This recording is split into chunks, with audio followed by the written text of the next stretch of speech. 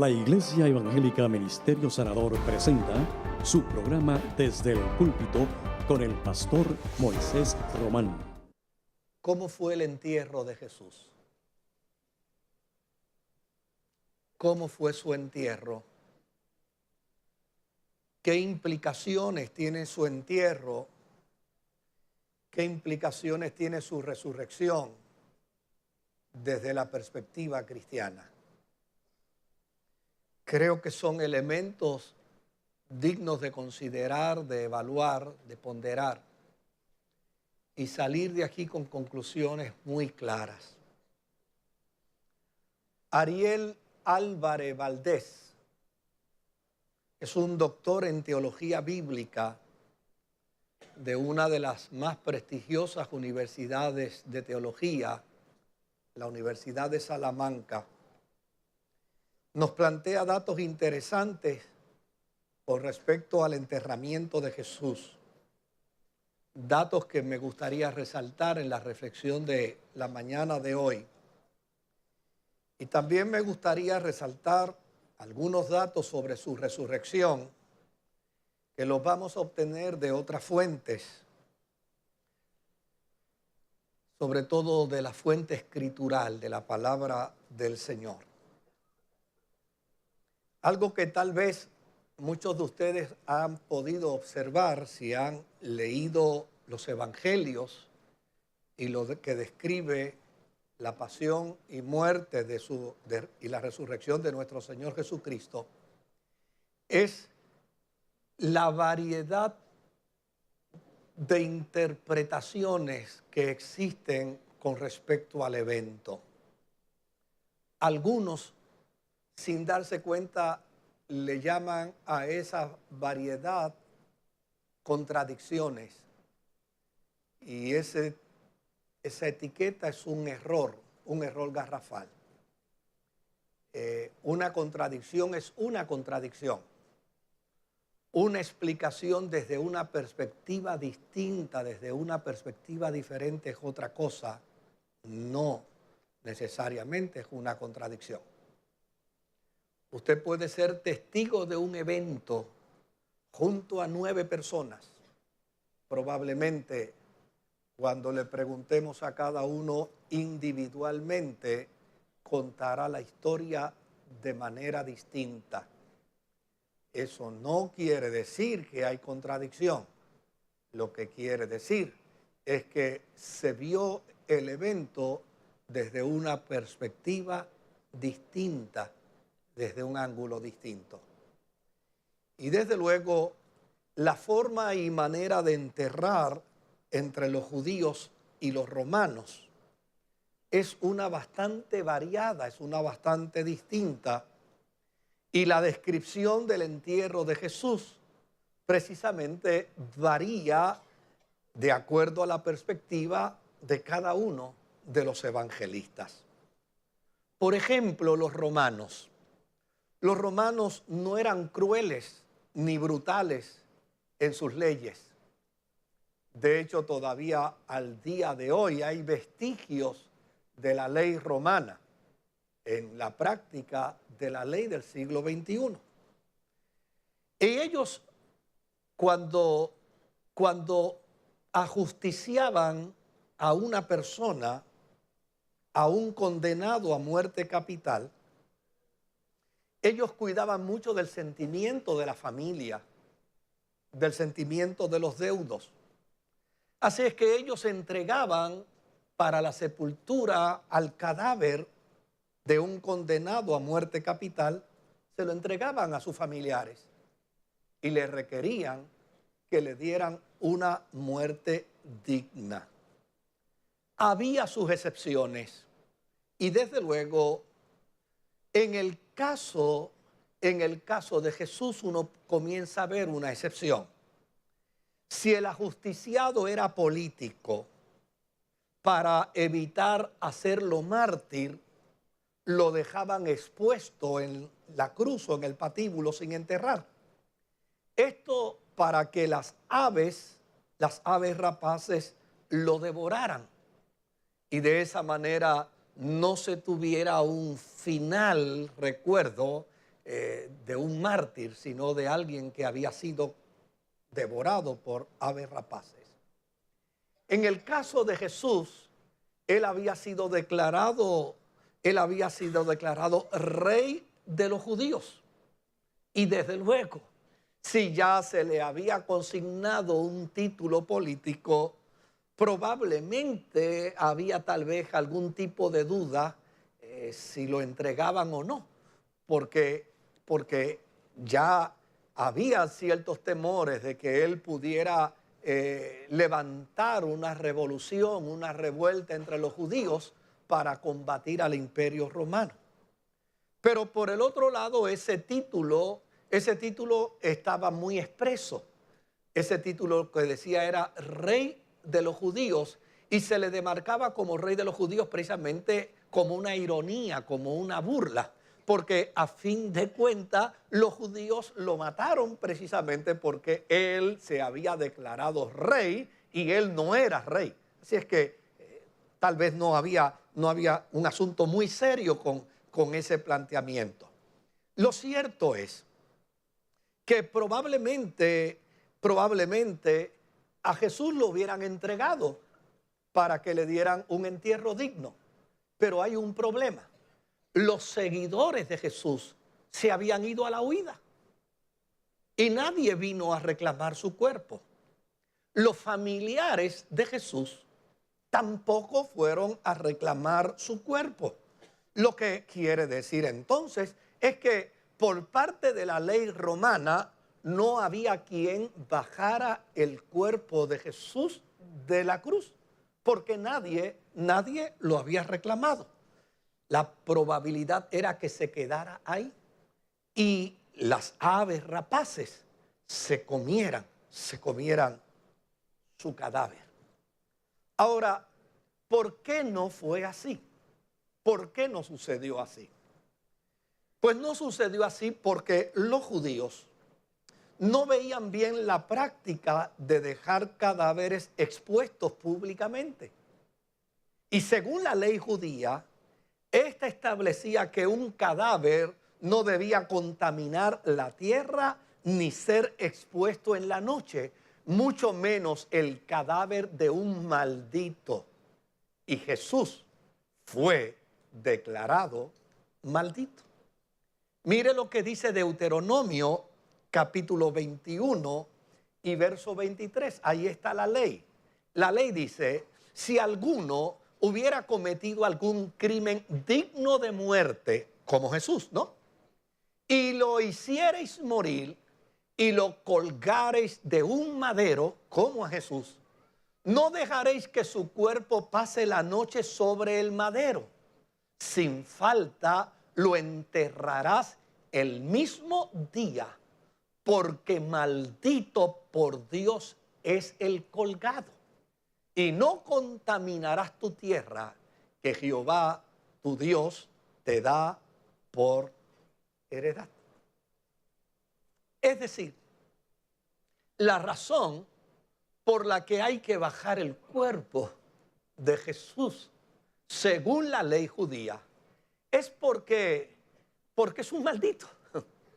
Y no se puede permitir que el cuerpo de un maldito caiga de un madero y toque la tierra judía.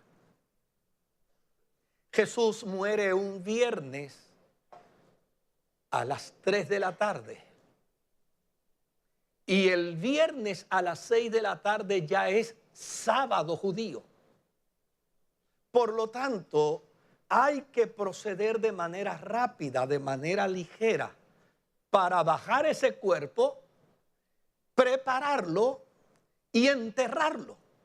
Y para eso solo quedan 3 horas.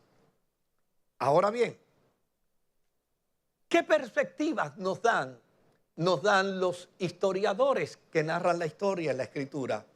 Mira lo que dice Marcos. Marcos dice que en ese periodo de 3 horas, Jesús fue sepultado por un judío, no se sabe quién, miembro del Sanedrín, quien lo inhumó solo para cumplir con la ley judía. Es decir, él lo hizo para cumplir con esa ley. O sea, para Marcos, ese judío que lo bajó de la cruz, simplemente lo bajó porque creía en la ley. Y la ley decía que un maldito colgado de un madero no podía tocar la tierra. Así es que lo enterró de manera poco honrosa. Lo envolvió en una sábana, puso su cuerpo en una gruta cercana al lugar de la ejecución y ahí se acabó todo. Esa es la forma y manera como Marcos lo ve desde su óptica, desde su perspectiva. Mateo, por el otro lado, dice, mira, quien enterró a Jesús fue un discípulo suyo. ¿Ve? Que lo está viendo desde una perspectiva distinta.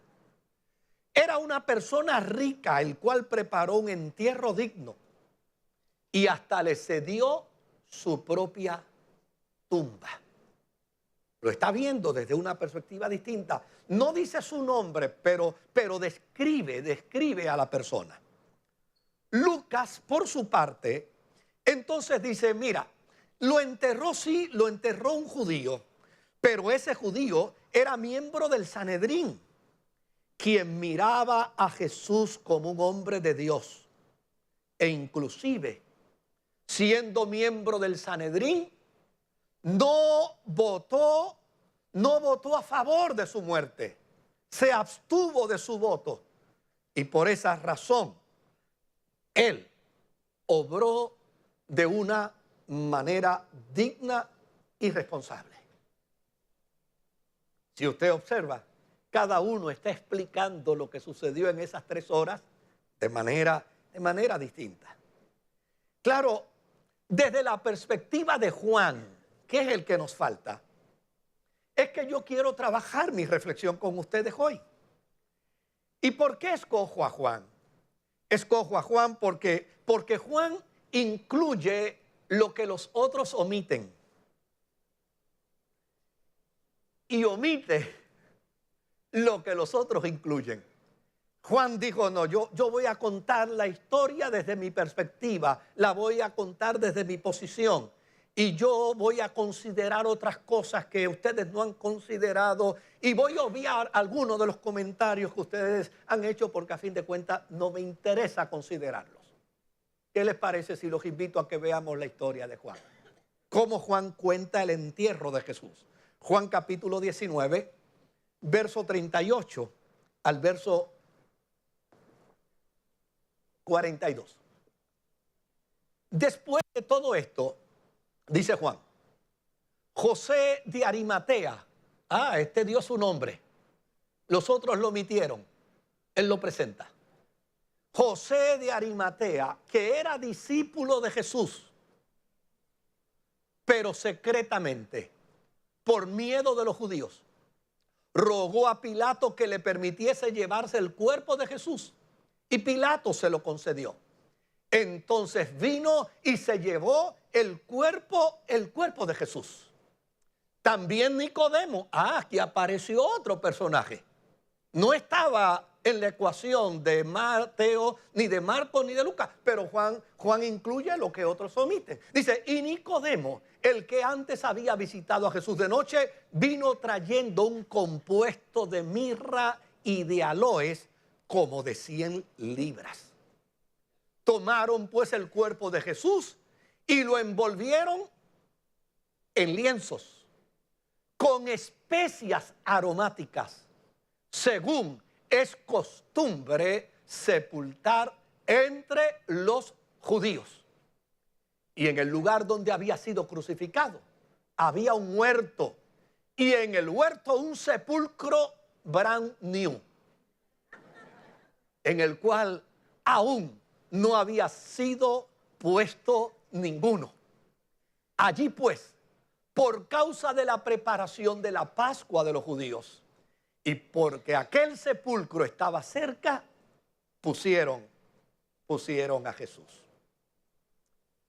Juan plantea algo totalmente distinto y diferente.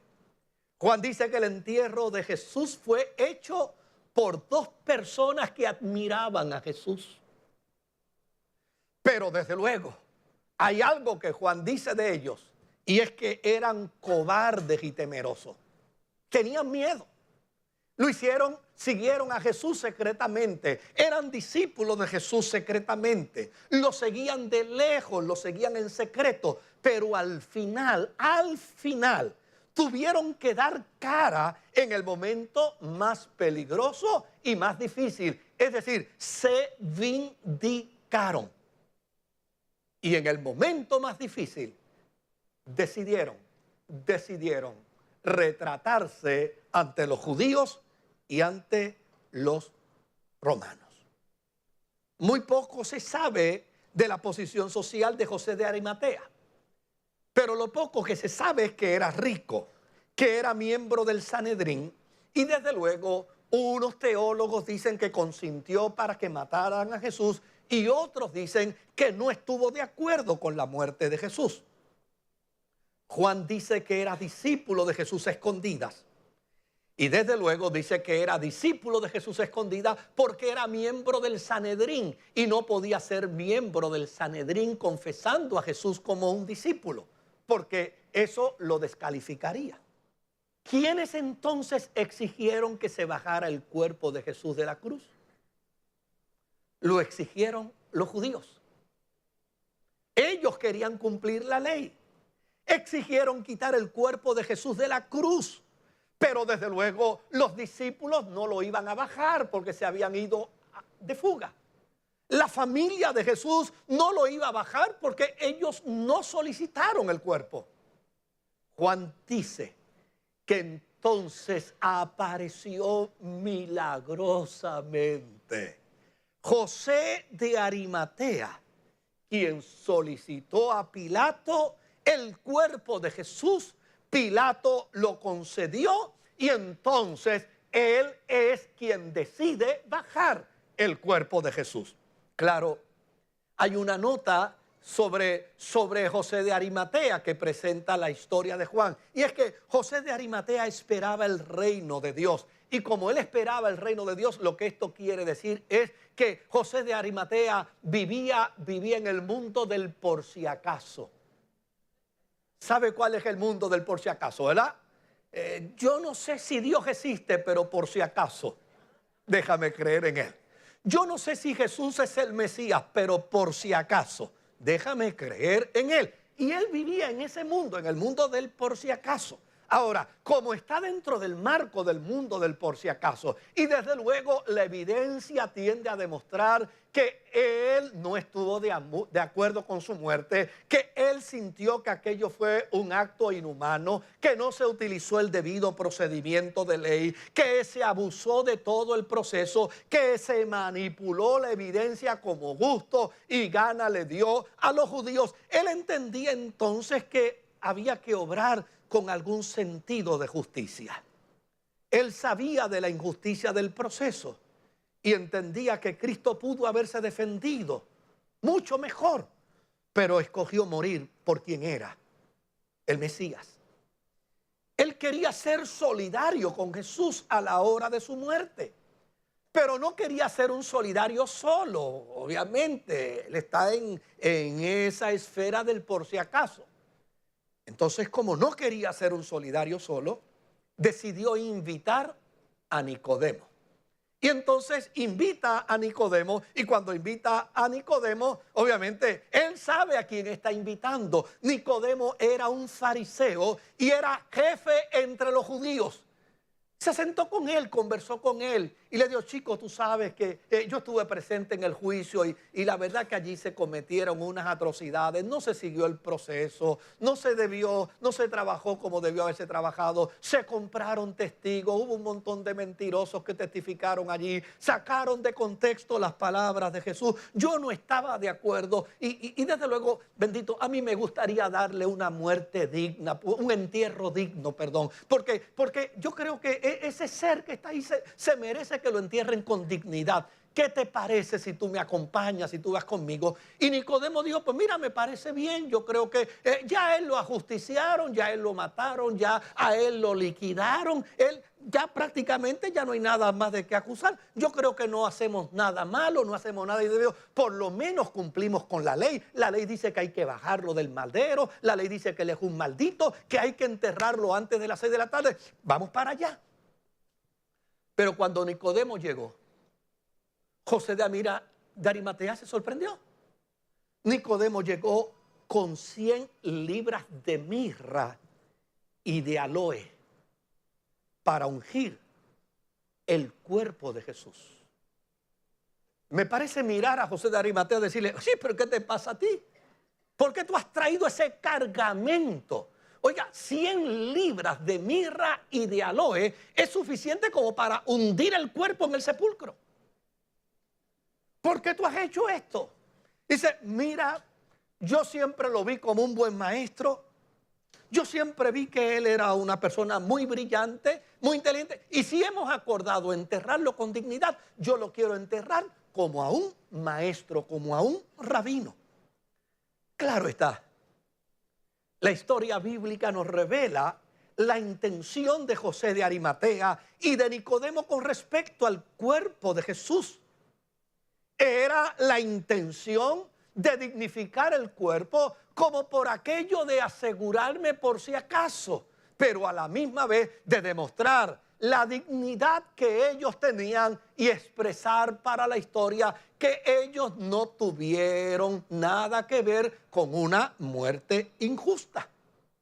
Lo que es interesante es que lo que hicieron sin saber resultó ser lo correcto. Y eso es lo interesante de esta historia. Lo que Juan nos va a comunicar ahora con su historia es que lo que Nicodemo y José de Arimatea hicieron bajando el cuerpo de Jesús y enterrando el cuerpo de Jesús, bañándolo de mirra y bañándolo de aloe, con 100 libras de mirra y aloe. Lo que ellos hicieron, lo hicieron sin saber lo que estaban haciendo, pero lo que hicieron era lo correcto. Mira qué interesante. Los judíos no utilizaban nada de estas especias para enterrar cadáveres. Cuando un cadáver en Israel iba a ser enterrado, lo único que se hacía era que se le ponía agua, se bañaba con agua y se le ponía un poco de aceite y para la tumba. Aquí utilizaron 100 libras de mirra y de aloes, cuyo aroma en el mundo griego era considerado como símbolo de vida. Los judíos no utilizaban tantas especias para enterrar un cadáver, pero sí, utilizaban especias. ¿Saben para qué? Para perfumar la alcoba donde un rey, casándose con su novia, consumaría el matrimonio. Lo que hicieron sin saber resultó ser lo correcto. De hecho, los vestidos de un rey cuando se casaba olían precisamente a mirra y aloes. ¿Qué implicación tiene esto en el mundo teológico cristiano? Lo vamos a ver ya mismito. Pero ellos no estaban consultando las Escrituras. Ellos no estaban consultando el Antiguo Testamento. Ellos simplemente lo que estaban haciendo era el proceso de dignidad de un cuerpo muerto para enterrarlo. Pero lo que estaban haciendo con ello era declarando que Jesucristo era el Rey de Reyes y el Señor de Señores. Lo que estaban declarando con ello era que cuando Jesucristo descendió al sepulcro, estaba listo para casarse con su iglesia y conformar la unidad de su cuerpo, ¿saben qué? En una dimensión de eternidad. Vaya conmigo al Salmo 45. Lea conmigo lo que dice el Salmo 45. Dice, al músico principal sobre los lirios, Malquil, de los hijos de Coré, canción de amores. Es decir, canción matrimonial. Rebosa mi corazón palabra buena. Dirijo al rey mi canto. Mi lengua es pluma de escribiente muy ligero. Eres el más hermoso de los hijos de los hombres. La gracia se derramó en tus labios. Por tanto, Dios te ha bendecido para siempre. Ciñe tu espada sobre el muslo, oh valiente, con tu gloria y con tu majestad. En tu gloria sé prosperado, cabalga sobre palabra de verdad, de humildad y de justicia, y tu diestra te enseñará cosas terribles. Tus saetas agudas con que caerán pueblos debajo de ti, penetrarán en el corazón de los enemigos del rey. Tu trono, oh Dios, es eterno y para siempre. Cetro de justicia es el cetro de tu reino. Has amado la justicia y aborrecido la maldad. Por tanto, te ungió Dios, el Dios tuyo, con óleo de alegría más que a tus compañeros. Mirra, aloe y casia exhalan todos tus vestidos. Desde palacios de marfil te recrean. Hijas de reyes están entre tus ilustres. Está la reina a tu diestra con oro de Ofir. Qué interesante. Lo que hicieron sin saber resultó ser lo correcto. Estaban cumpliendo la profecía del capítulo 45 de los Salmos y estaban declarando con ello que Jesús era el Rey de Reyes y el Señor de Señores, que ahora entraría a casarse en su alcoba con su novia y estaría con ella para siempre. Ya a las 6 de la tarde del viernes, era sábado, bajan el cadáver para no contaminarse y celebrar la Pascua. Quieren rendir un homenaje póstumo a Jesús, pero lo que celebraron es un ritual ceremonial judío que solo se le hacía a un rey. Observe bien. Juan dice que envolvieron su cuerpo en lienzos. El término que utiliza en griego es otonión, que significa lino. Lino era el vestido que se le ponía al rey el día que se iba a casar. Ellos sin saberlo, ¿qué sabía José de Arimatea? ¿Y qué sabía Nicodemo? Que Jesús era el novio de la iglesia. Nada.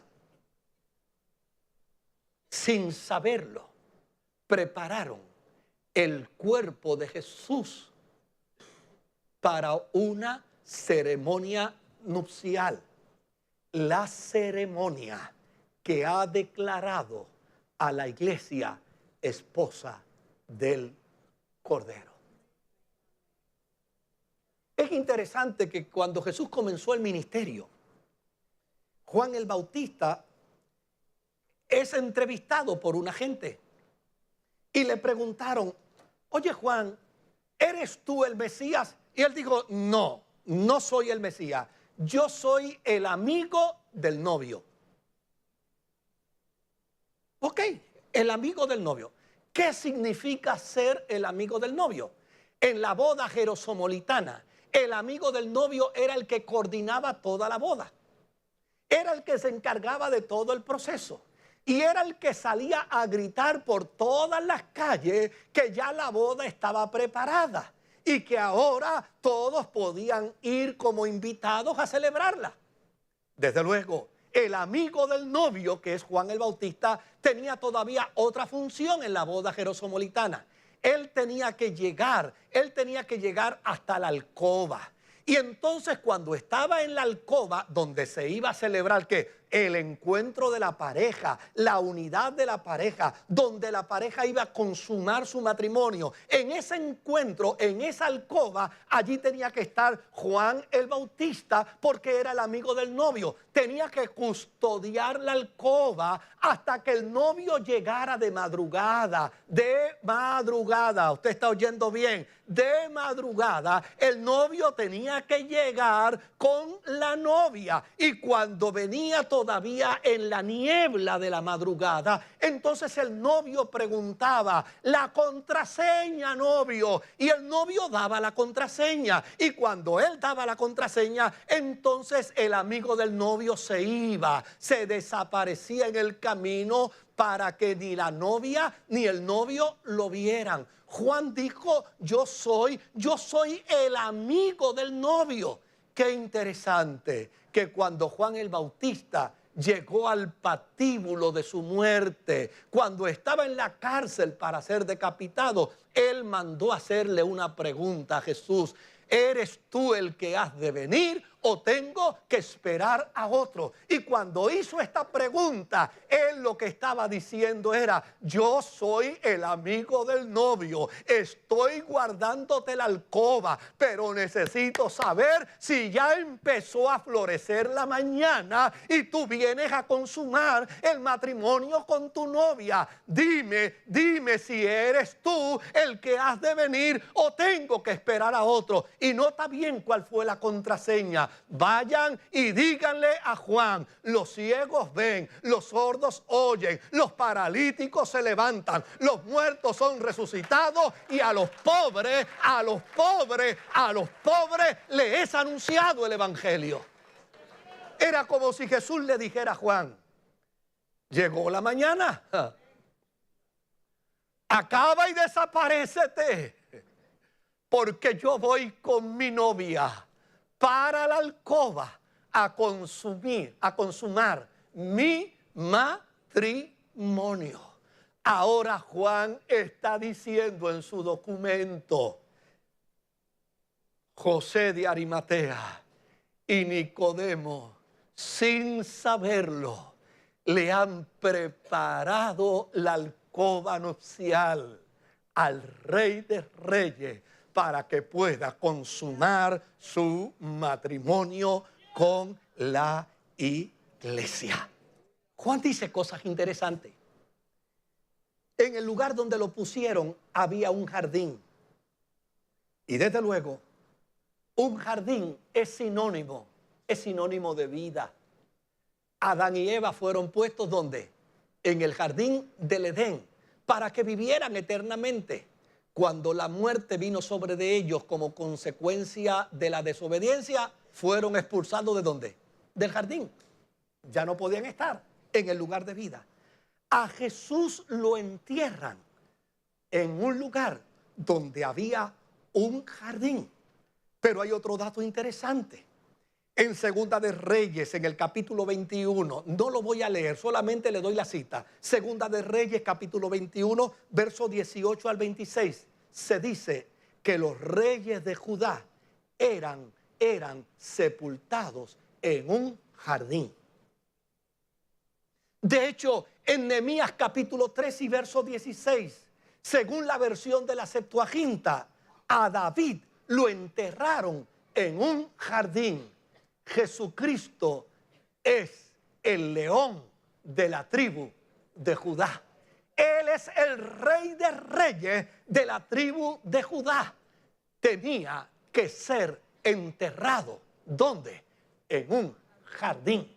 Tenía que ser enterrado entre aloes y mirra. ¿Por qué razón? Porque él era el rey que se casaría con la iglesia. Juan capítulo 12 y verso 24.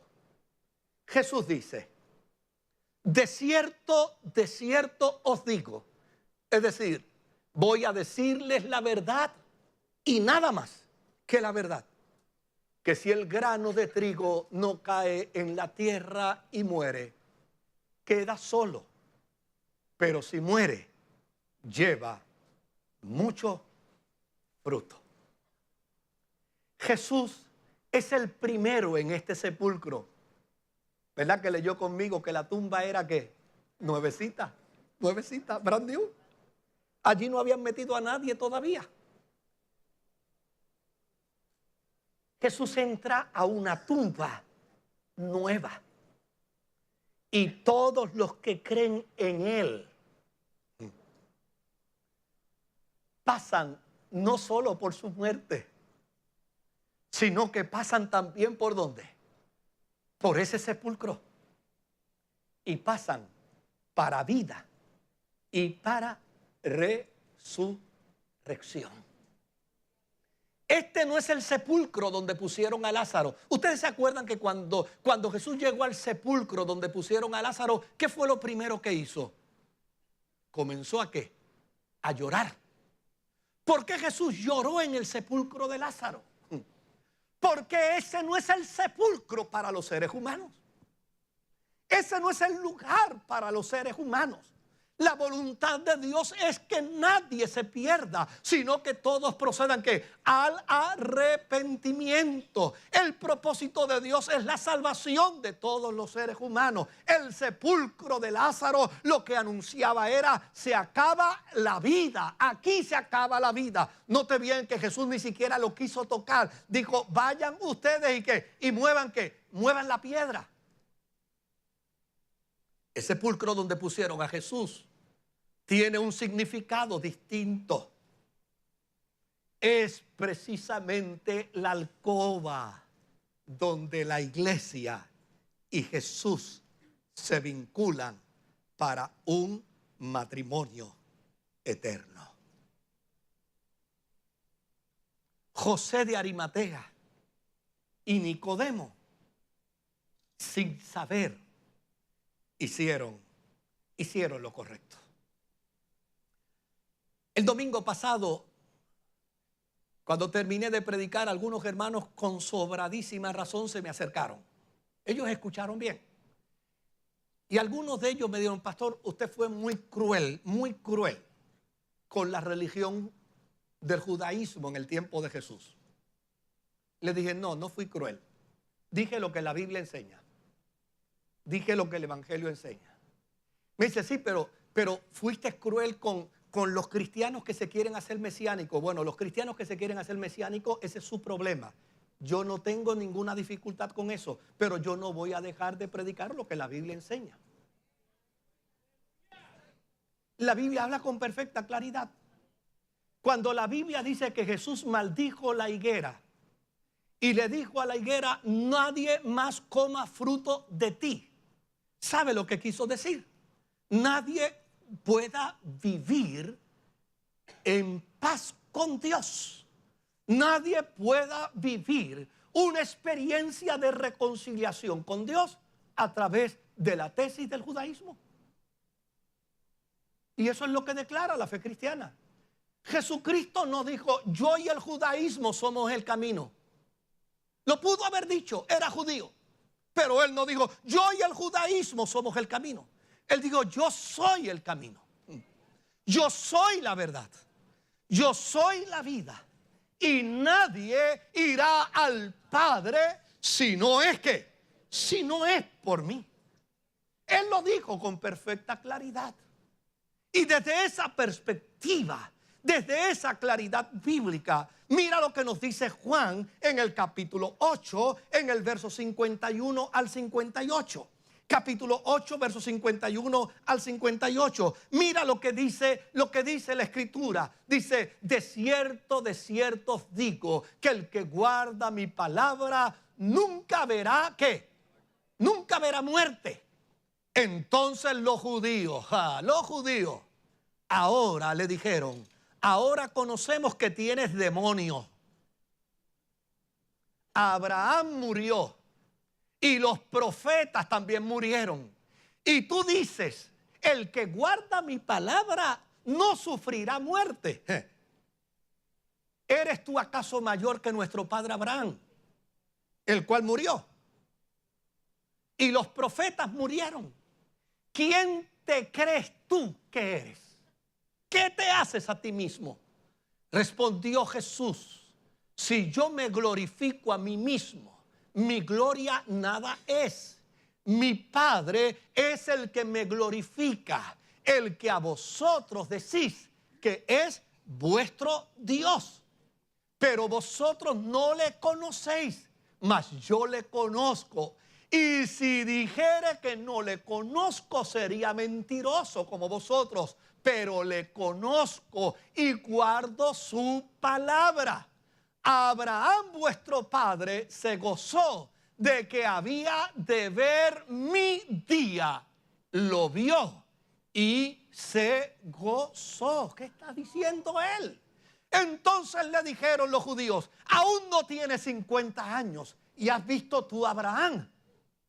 Jesús le dijo: de cierto os digo, antes que Abraham fuese, yo soy.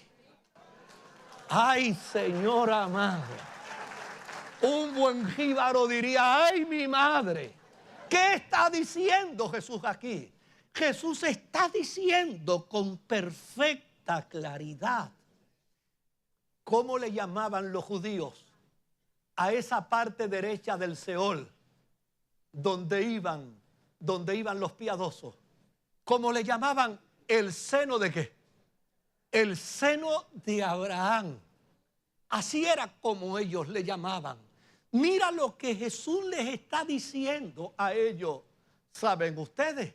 En la dimensión de la eternidad, ya Abraham me vio allá adentro en el sepulcro y sabe que yo me voy a llevar conmigo cautiva la cautividad de Sión. Yo soy el que soy. Mi Padre me honrará. ¿Cómo me honró mi Padre?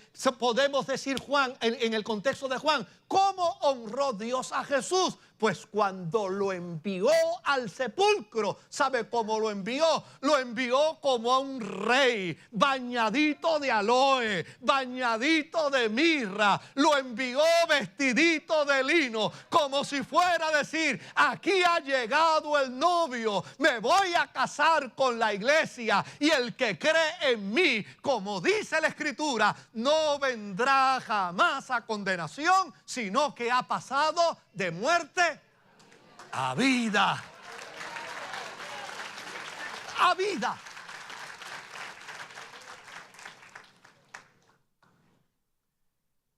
Veamos el cantar de los cantares. Del amado y de la amada. ¿Cómo se da ese encuentro? ¿Cómo se encuentran? ¿Cómo consuman la relación?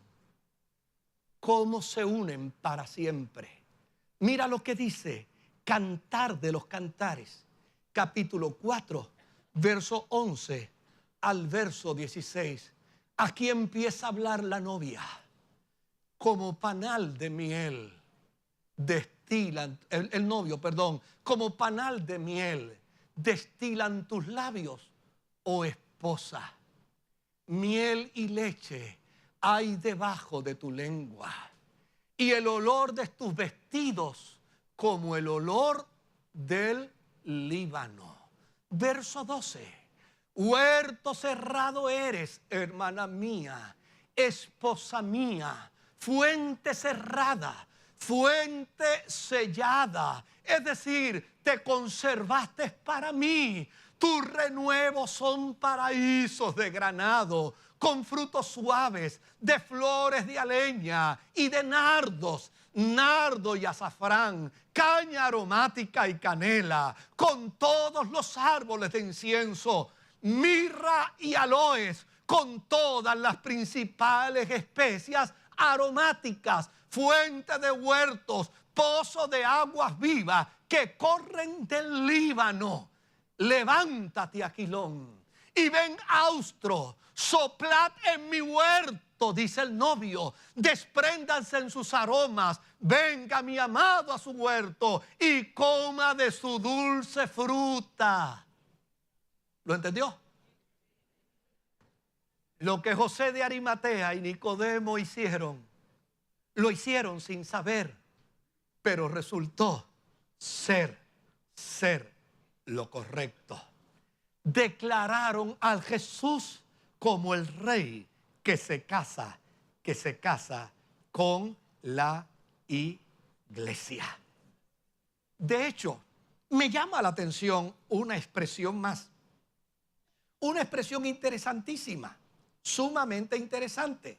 Está precisamente en el verso 42 del capítulo 19. Es una expresión ricamente interesante. Mira cómo dice esa expresión. Esa expresión dice, pusieron a Jesús en el sepulcro. No dice pusieron el cadáver. No dice pusieron al difunto. Dice pusieron ¿a quién? A Jesús. Es como si Juan quisiera comunicar. Él iba consciente. Él sabía a dónde iba. Él sabía por qué Nicodemo y José de Arimatea lo habían bañado de aloe, lo habían bañado de mirra y le habían puesto un ropaje de lino. Enterraron a Jesús. Lo que quisieron hacer, lo hicieron sin saber que lo que estaban haciendo era lo correcto. Ahora, mis amados hermanos, cuando uno adquiere esa información de parte de Juan, esa información de parte de Juan nos revela algo extraordinario. Nos revela que en el plan eterno de Dios, aquel que murió como un malhechor, aquel de quien se quería bajar de la cruz, porque llana y sencillamente había sido un maldito. Y un maldito no puede tocar la tierra, no puede tocar la tierra de Jerusalén. Aquel que había que bajarlo rapidito porque comenzaría la Pascua. Y la fiesta de la Pascua era más importante que enterrar un cuerpo maldito. Aquel lo constituyó Dios Rey y Cristo. Aquel lo constituyó Dios eternamente y para siempre. Aquel lo constituyó Dios. ¿Quién? El esposo de la iglesia. Aquel lo constituyó Dios. El cumplimiento del nuevo pacto, del pacto de la gracia. Aquel es el que camina con la iglesia y es el que vive en el trono de Dios y vivirá por siempre. Hay un dato que me llama la atención más todavía. Desde luego, en esto tal vez no concurran los teólogos. Hay teólogos que dicen que el que escribió Apocalipsis fue otro Juan. Pero hay otros teólogos que dicen, no, el que escribió Apocalipsis fue Juan, el que escribió el Evangelio. No sé cuál de los dos fue. Pero a fin de cuentas, lo que me llama la atención es que en el libro de Apocalipsis, el mensaje central del libro de Apocalipsis es demostrar que el que entró al sepulcro al tercer día salió del sepulcro. Salió de la alcoba. Ya había consumado el matrimonio. Y ahora decía con perfecta claridad, todo poder me ha sido dado, tanto en el cielo como en la tierra. El que salió del sepulcro, los ángeles testificaron de él diciendo, no busquen entre los muertos al que vive, él ha resucitado. El que salió del sepulcro lo constituyó Dios, Señor y Cristo. El que salió del sepulcro ahora tiene una nueva razón para estar sentado a la diestra del Padre. Y esa nueva razón se llama su novia, la iglesia que transita a través de la tierra. En el libro de Apocalipsis, el mensaje central es el Cristo resucitado. Y mira cómo se presenta en cada una de las cartas. En la carta a Éfeso, el resucitado dice: yo soy el que sostengo a las 7 iglesias en mi mano y camino alrededor de los 7 candeleros de oro. Es decir, en Apocalipsis se cumple el planteamiento del Cantares. El planteamiento de Cantares es que para Cristo la iglesia es la perfecta de Él. En el Apocalipsis, para Cristo la iglesia es su perfecta estrella, su perfecto candelero, su perfecto cuerpo. Y yo soy el que la sostengo. En Esmirna el Cristo resucitado dice: yo soy el alfa, yo soy la omega, yo soy el principio, yo soy el final, yo soy el que pasó por la muerte, pero ahora estoy vivo.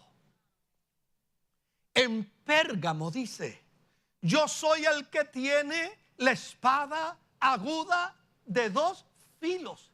Igualmente que la profecía salmítica del Salmo 49. El que iba precisamente al sepulcro llevaba la espada aguda de 2 filos.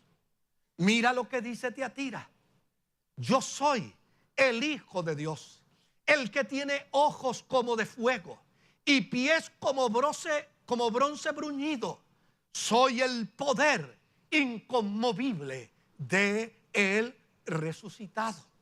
Mira lo que dice a la iglesia de Sardis: yo soy el que tiene la perfección del Espíritu de Dios y soy el que tiene la perfección de los destellos que pueden producir todas las estrellas. Mira lo que le dice en Filadelfia: yo soy el santo, yo soy el verdadero, yo tengo la llave de David, abro y nadie cierra, cierro y nadie abre.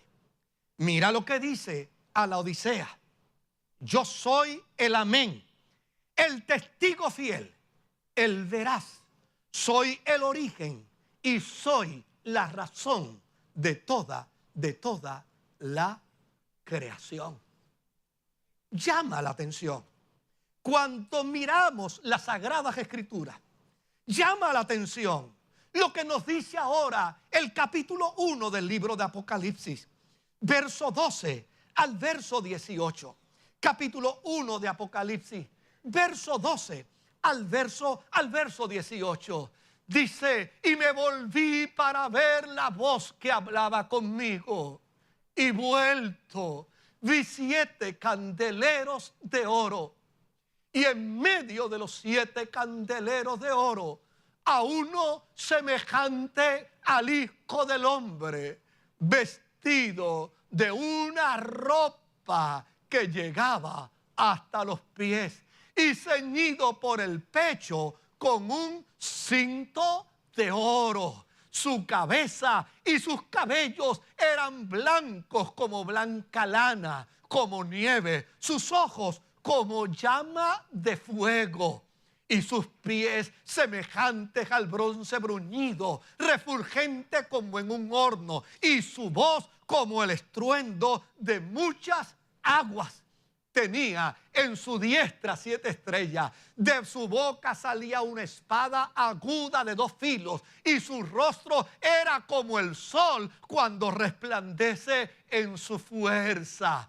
Cuando le vi, dice Juan, caí como muerto a sus pies. Y él se puso su diestra sobre mí, diciéndome: no temas, yo soy el primero y el último, el que vivo y estuve muerto, mas he aquí que vivo por los siglos de los siglos. Amén. Y tengo las llaves de la muerte y tengo las llaves del Hades. Es decir, utilicé el Seol para un solo propósito: lo utilicé como alcoba para declarar mi amor por la iglesia. Lo utilicé como alcoba para declararle mi pasión a la iglesia. Lo utilicé como alcoba.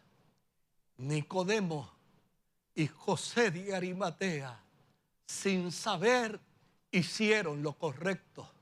Me bajaron del madero como a un maldito para que yo no ensuciara la tierra de Jerusalén.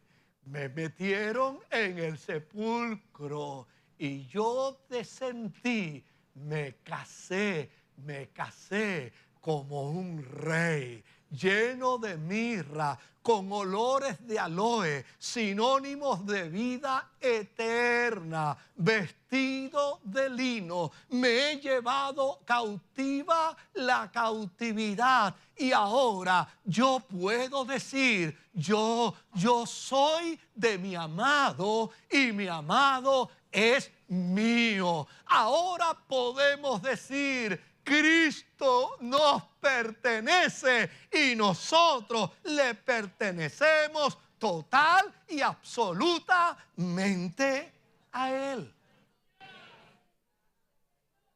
Lo que hicieron sin saber resultó ser lo correcto. Quiero cerrar con ustedes con la expresión que es el cántico de la iglesia. Es el cántico de la iglesia del primer siglo y es el cántico de la iglesia del siglo XXI.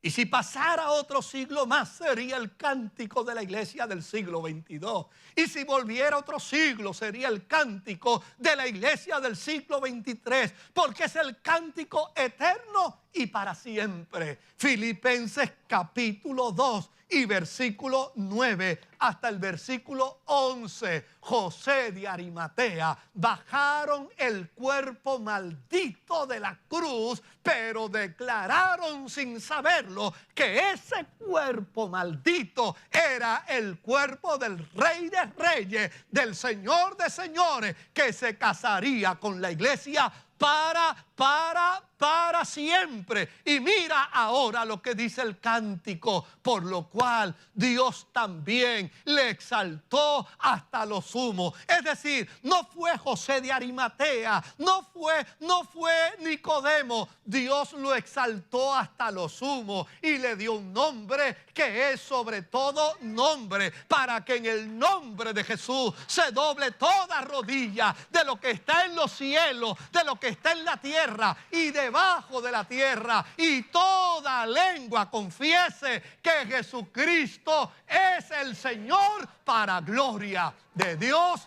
Padre.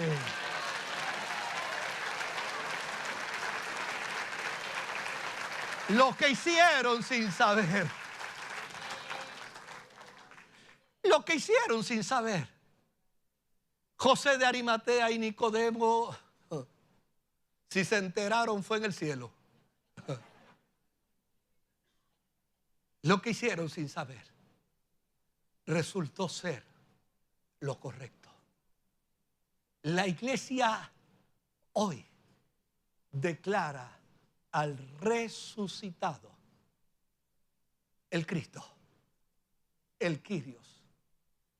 Y cuando declara a Jesús el Kyrios, el cielo se llena de alegría y el Padre ordena que tanto en el cielo como en la tierra, como debajo de la tierra, todo ser, toda criatura, todo elemento viviente se postre ante Él y reconozca que el resucitado es el Señor. Dele el aplauso más grande al resucitado. A Él. A Él. La Iglesia Evangélica Ministerio Sanador presentó su programa Desde el Púlpito.